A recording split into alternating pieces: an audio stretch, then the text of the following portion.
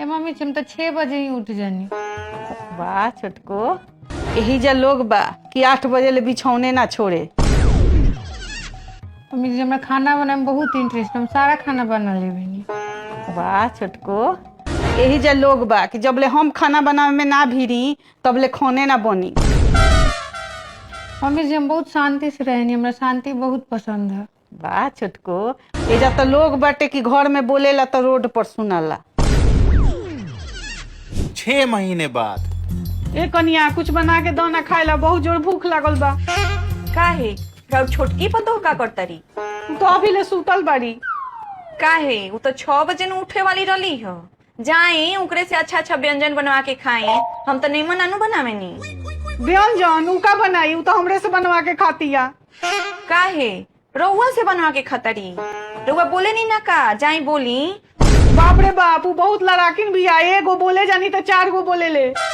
हम तो बोलत रहनी है तो रोड पर सुनाई देत रहलक ह। जाई अपन छोटकी पतो भिरी ओकरे से करवा के बनवा के खाई। ना ना तू ही अच्छा बारू, तू ही बना के दो खाए ला। ना मम्मी जी जाई अपन छोटकी पतो भिरी। ना ना ना ना जाई मम्मी जी जाई। ना कनिया तू ही अच्छा बारू। ना मम्मी जी जाई रउआ जाई। कहाँ बारू हो? रोटी दो। हाँ लियाओ तनी। ई सब्जी लेके बैठल बा इंसान, आ रोटी नहीं खुदे। दो जल्दी। लियाओ तनी, रुकी ना। रुको माँ, हम देख के आओ तनी काहे लेट होता। अरे काहे इतना लेट होता रोटी लिया में? रुकी दे तनी।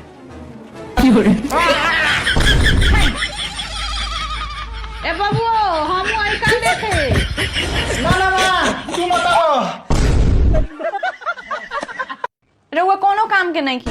हमर सहेली के हस्बैंड ओकरा के इतना मानेला कि हफ्ते हफ्ते शॉपिंग करावेला, रेस्टोरेंट में खियावे ले जाला, और रउआ हमरा के कहीं ना ले जानी। खाक मानेला माने नहीं तो हम तारा के। ओ कैसे?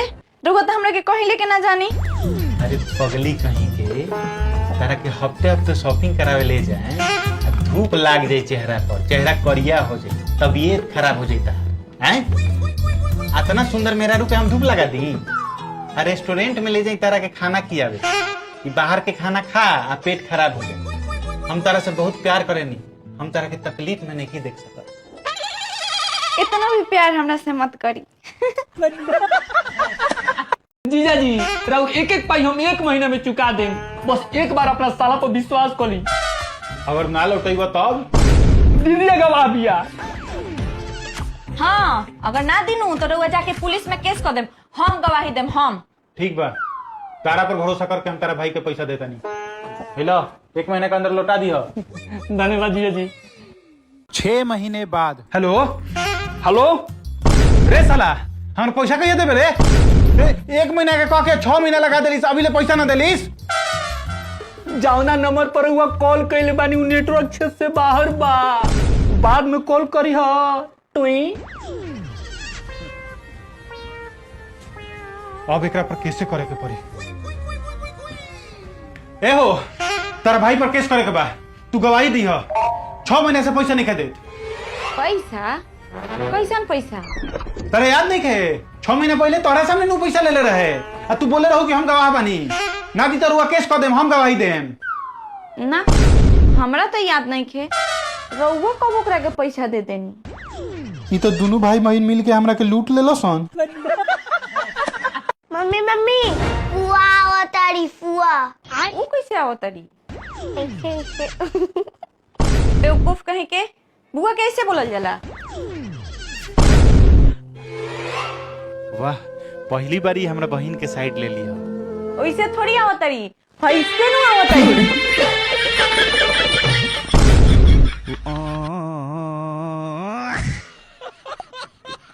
राम भिरी 5 गो टमाटर रहे, ओमे से 2 गो उस श्याम के दे दिलन। तो राम भिरी कितना टमाटर बचल?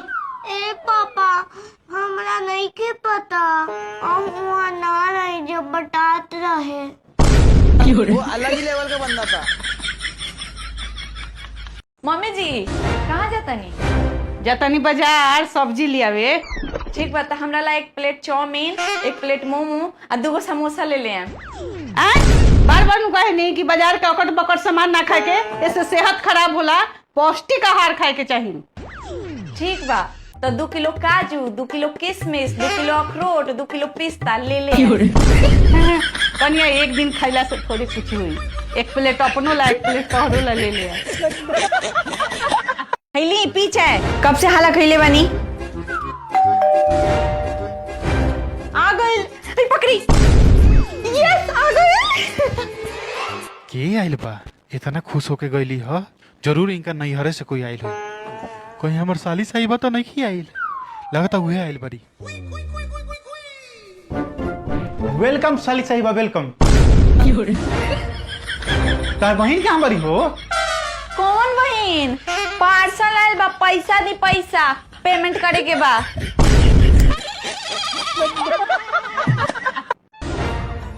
बाप रे बाप, खटत खटत मर जाता नहीं, घर में इतना काम बाटी।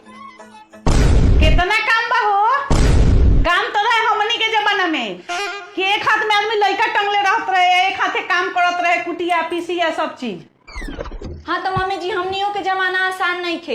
एक हाथ में मोबाइल रहेला, एक हाथ से काम करे नहीं सा।